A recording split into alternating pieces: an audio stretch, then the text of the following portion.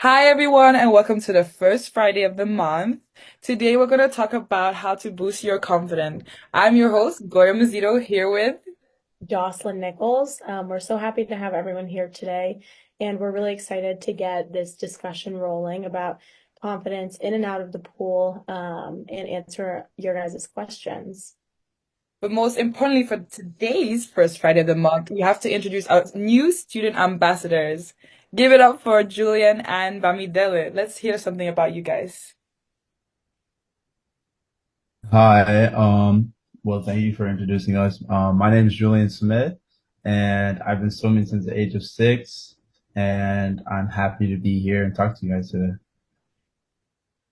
Good afternoon, everyone. My name is Bamidele Aino, freshman journalism major from Garland, Texas, by way of Nigeria and Jamaica. And I'm a diver on the Howard University swimming and diving team. Happy to be here.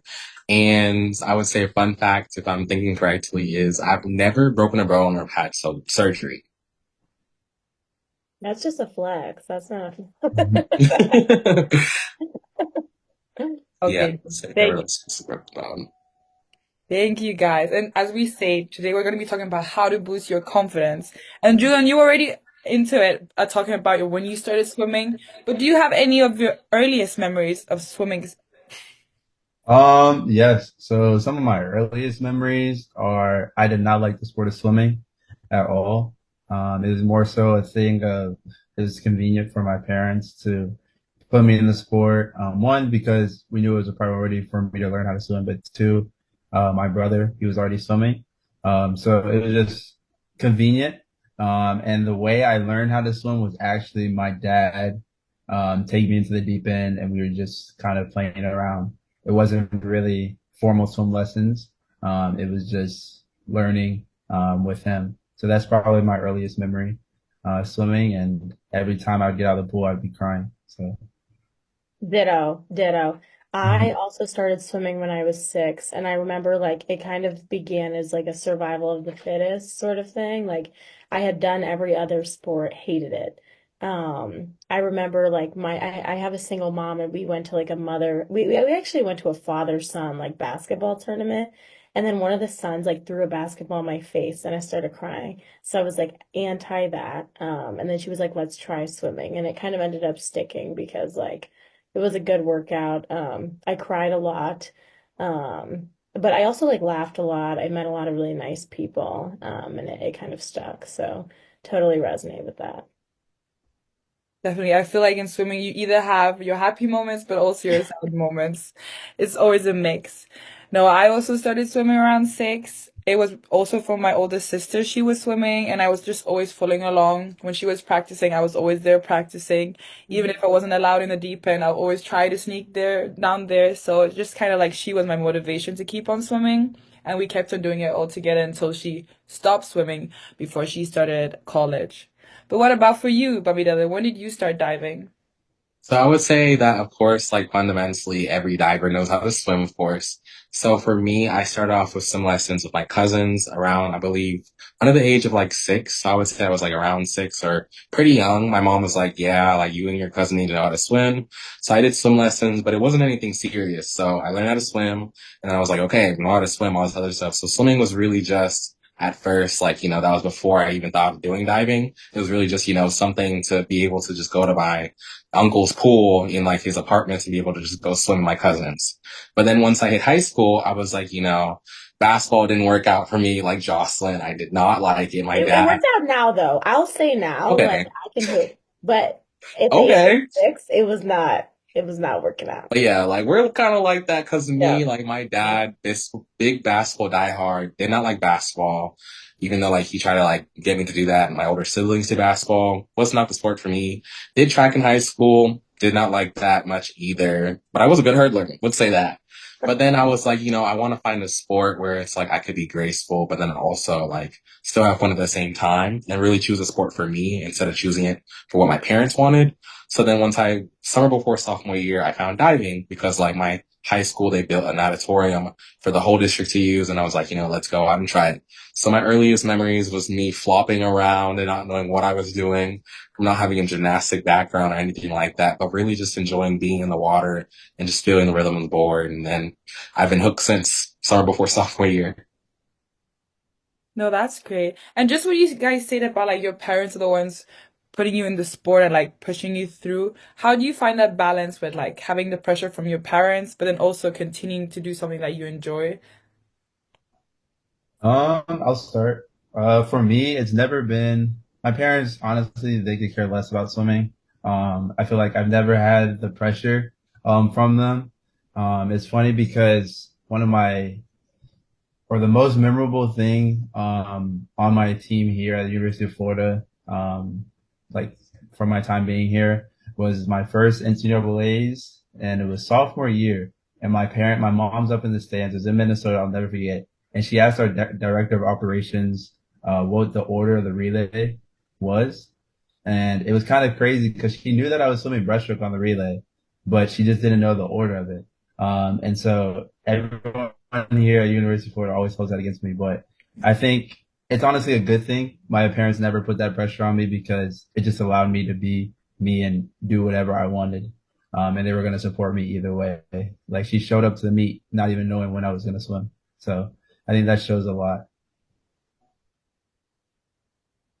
Yeah, I think my mom, similarly, my mom used to know nothing about swimming, but then when COVID hit and I don't know why she did this. I think she just like felt compelled to, but she actually did the training to become like a USA certified swimming official. I just think she wanted to like put on, the fit and stuff and get up there and like raise her hand and be chief judge. Like now she loves DQing people. Now and now she knows a lot about it. But I think yeah, I think when I was younger, I didn't feel any pressure. I kind of would just show up to the meet and like if I won a best time, I was like, great. If I didn't, I was like, oh, like, well, why do people care? And then my mindset definitely shifted as I got older and like times began to matter. But I think a lot of the pressure was like mostly intrinsic that I like put on myself, sort of thing. And we can talk about getting through that too. But then also additionally, I think as I got older and I like came, like I realized how much money swimming costs. Like that was when the pressure really hit because I was like, okay, if we're gonna pay, 4 grand every year for me to swim, like if I don't, experience success, like that's extremely disappointing because I understand more what the price tag means. So I think yeah, that kind of added another layer to it. But I mean, from the ages of from like 6 to 12, I was great. Like, Yeah, I would say in my experience, like I would say when I switched over to sports, like I definitely put a lot more pressure, especially I had parental pressure when I was doing basketball. But now I really don't have that. And more so it's pressure for myself because my parents, God bless their souls, immigrants, so like they don't know what I'm doing when I'm doing diving. They're just like my mom always tells me on the phone like daily, just go out there and do your best. I don't know what exactly you're doing, but like just go out there and do the best you can. So even when they don't know what exactly I'm doing with my sport, they're still as supportive as they can be, and they're willing to, fly out and watch me compete, which is a blessing in itself. Though I would say like my mom knows, I think a little bit more than my dad does. That Nigerian man doesn't know what I'm doing. And also I would say, hmm, I would just say like they really just don't really put that pressure on me because they don't inherently can see what I'm doing. So they're just like, I'm not exactly sure what's going on. So don't really know. But otherwise, yeah, like I don't really think I had that much parental pressure. And it really just comes intrinsically, like just from me. Like, No, but that's so good because that's where we want to kind of branch off to like where you get the confidence or get like where you get your support from. Because I know like I have been so lucky too to have parents that they have been throughout all these years swimming. They've learned more about the sport and understand like I'm the athlete and I'm doing the work, so you can't be putting the pressure. In the beginning, it was like, why can't you just beat them? You just have to beat them next right. to you. I'm like, it doesn't work like that. But like now these days, it's more like, okay, do your best. You're always your best. When no one will beat you when you're at your best. Just having those affirmations, like you're saying. But what else could you do to just have that extra confidence if you can find it from maybe a parent or even maybe from a coach? You have to find that also within yourself. So where can we go from there? okay, so I'll go off because I was saying about pressure on myself. For me, I'm a really big stressy bestie. Like, I've athletics to me never heard that in equal. my life. Oh, I say it all the time, like Bessie, stressy I love bestie. that. Like, get it together, Linda. I come up. That's not the last you hear of that. But yeah, it's just for me, like, I'm just like a little anxiety ball. That's how I describe myself. Like, I don't know. I think the pressure just from athletics just gives me a lot of stress, especially my stomach. So I'm just like, oh, like my stomach, like I'm stressed out. Like, help, help, help. So like, I always coach coordinating. God bless that man because he has to deal with me. I always have him like, he's a pastor. So I'm like, please pray with me before diving, like before any competition starts. I always have him like say a little prayer for me to like make my nerves go down. And then also too, like I lean on my family and especially like my older sister and older brother. Like I call them for any problem in the world. So especially like my older brother and like I'm stressing out with anything with diving, all the other stuff. He's also been a collegiate athlete and he's the only other collegiate athlete in my family. So then he's definitely someone that I look up to. And then whenever there's something that goes wrong in college athletics, daily, I've been through that before. And then I can go to him for solace about like any problem I'm having. That's great. Yeah, similar to what everyone has been saying. For me, I do put the pressure on myself. But at the end of the day, I know my pressure is just because I want to do well and I want to see the fruits of my labor. So I think a big thing of like a part of my process and just like getting ready and maintaining my confidence is I'm really big in like affirming and like I said like I talk to myself a lot before I race. I was never I never get too nervous before races, but the nerves are definitely there because we all care. But I would always every time before I race, I find my parents and then I tell myself that I'm the best and the only person that you can control is yourself. So that's a big thing and part of my routine and swimming confidence and just confidence in general. I think it's just reminding we put in the work and that's what's going to happen. So Yeah, I think I totally agree with that. I also think, I mean, I think we talked about this on one of our other like first Friday calls. I really like to control what I can. Like, I always paint my nails. Like, I always have my nails done. I always have like my nice earrings in. Like when I swim, they won't fall out. Like they're hoops, they're locked in. If they do, like that would hurt. And I also make my bed. Like I make sure I have a good breakfast before me. And then when I show up to the pool, like usually if I do all those things, like I'm always in a good mood.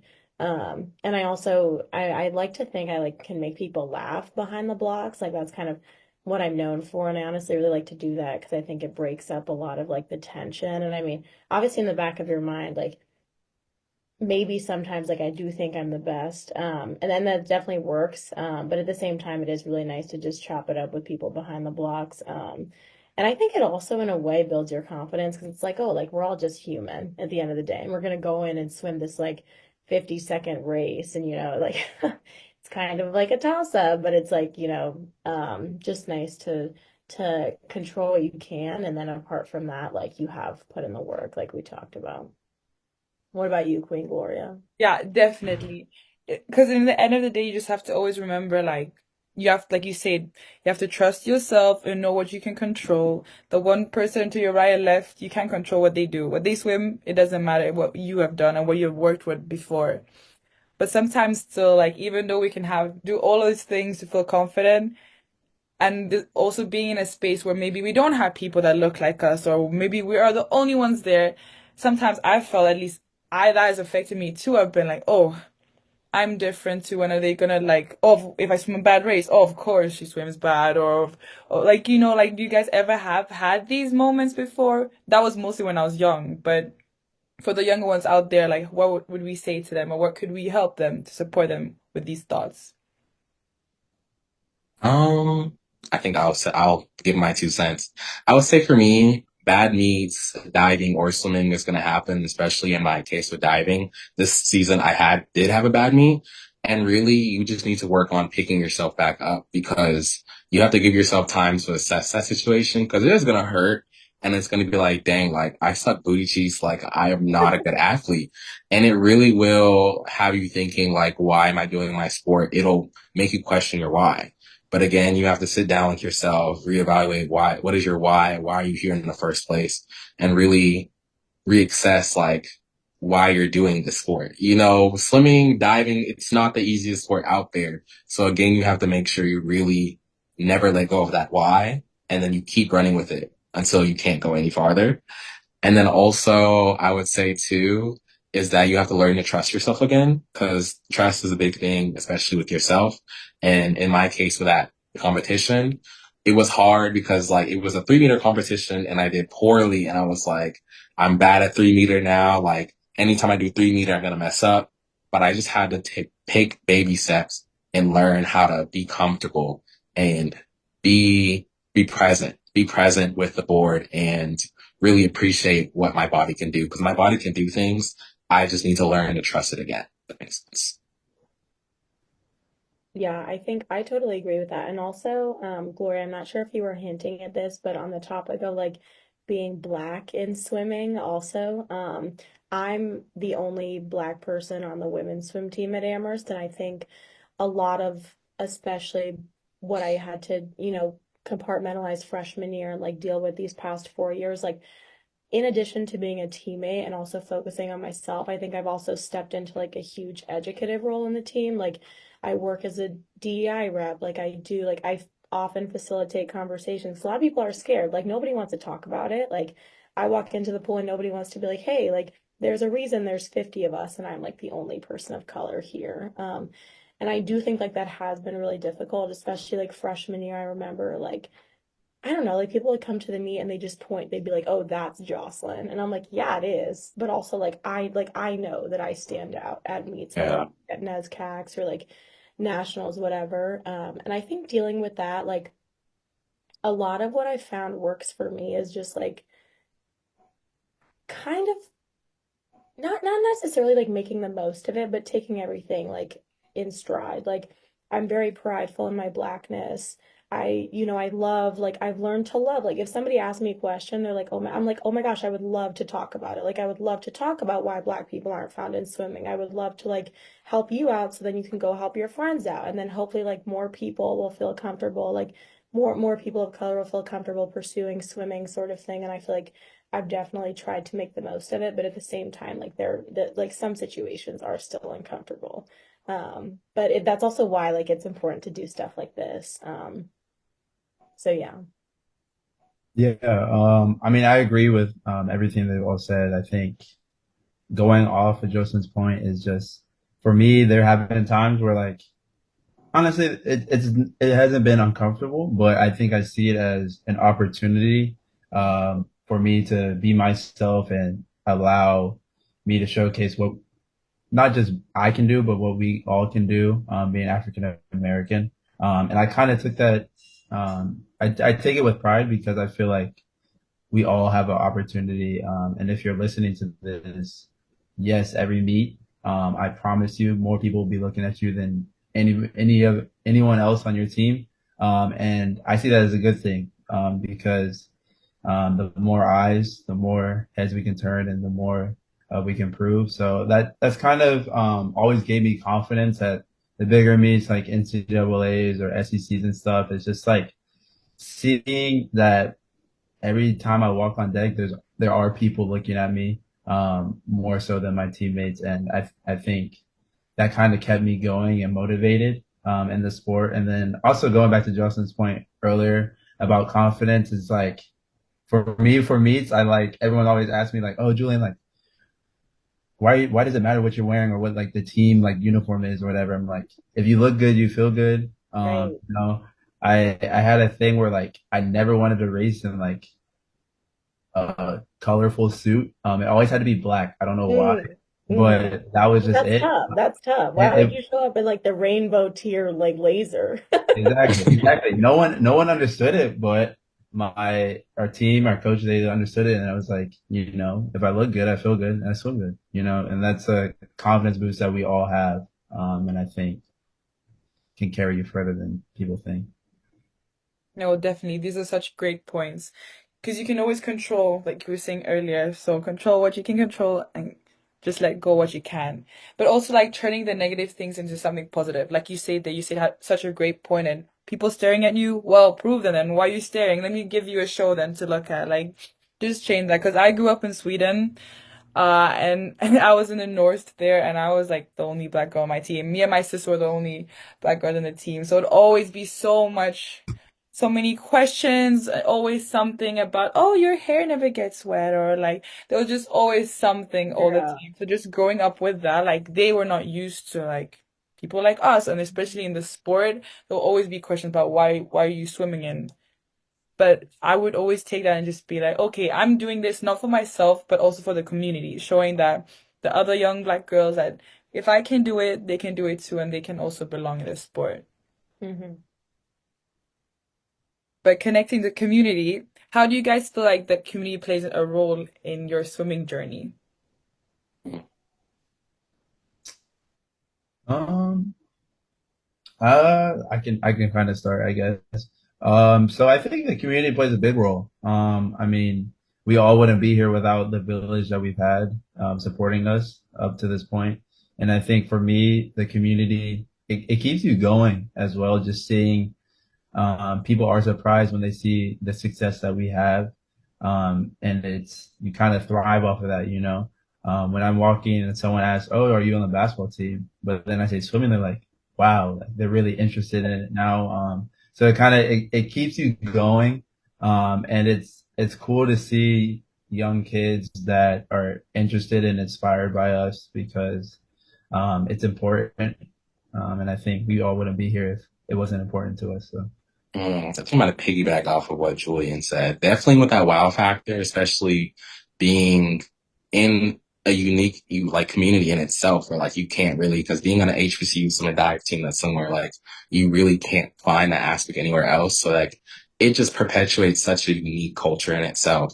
And that mixture or that admixture of HBCU and with swimming and diving, it just it's a beautiful thing. That's all I like. That's what I really want to say because again with that wow factor it's kind of cool being known like oh like that's a diver like you're the first diver I've ever met and it's so fun being like the first diver that people have met and I don't want to be the last but again it's just like black people aren't really exposed to that most of the time especially at HBCU so getting to be that person that changes like people's mindset on campus or even beyond campus and be like oh like you know our people are in the pools like you're a diver and then they go tell their friends, go to their family, and it really breaks down that misconception that we can be different like athletes. Like when they say I'm an athlete, you don't have to think just volleyball, football, or all the other basic sports. Other sports too, like I can do like anything else than what people usually think I can do.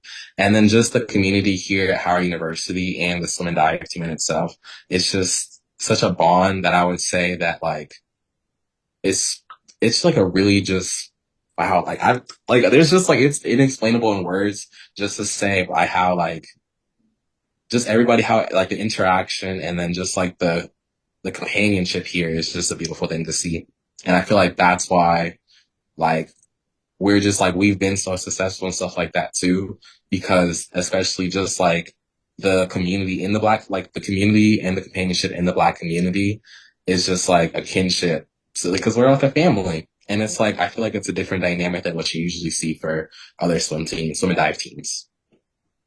Yeah, speak on it. I would love to say like someone has mistaken me for being on the football team. That's never happened. But I do I do feel like there was a large there was a long time where I was not like I was actively trying to like lose touch with my blackness. I don't know if that makes any sense, but I think Oh, it does. Yeah. yeah, I think growing up in a predominantly white area and then coming to predominantly white school, I was like, okay, like I need to conform. Like I'm the one that's like an outsider. Like I'm not necessarily that I'm wrong, but it's just like there are certain things that like I don't really like like white people love. And I was like, oh wow, like I'm wrong. Like I need to learn to like this, like that. And that's so not the case. And I think like since getting involved with diversity in aquatics. And like I remember the first like NESCACs that I went to, there was like a couple other black girls. I introduced myself to them. Like we still have a group chat to this day. And we chop it up at swim meets, like we'll kick back, do whatever. And it's just so nice to like find that community like everybody talked about. And also realize like it doesn't really matter like what race you are, like you can just be your own person. Like I feel like especially in college, like group think is really common. Like you can do pretty much do whatever you want. Like but yeah, the community, I just really want to emphasize that. What about you, Gloria? Yeah, no, definitely. Like just the community, like one thing FSU's been like praising so much about is that we're stronger together.